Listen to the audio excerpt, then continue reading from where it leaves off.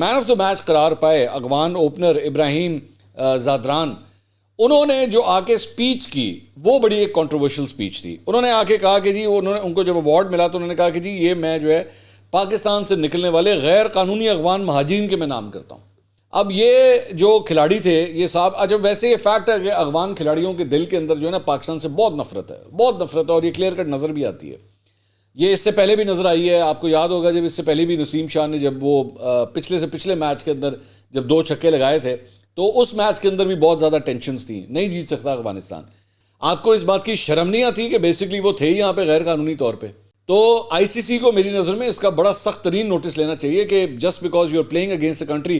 تو اس طرح تو پھر افغانستان کے حوالے سے مطلب اگلی دفعہ اگر افغانستان سے جو ہے وہ پاکستان اگر میچ جیت جائے تو پاکستان بھی جو ہے پھر اپنے سارے دکھڑے جو ہے وہ بیان کرنا شروع کر دے کہ ہماری یہ جیت جو ہے ان تمام شہداء کے نام ہے جو افغان دہشت گردوں کے ہاتھوں مارے گئے.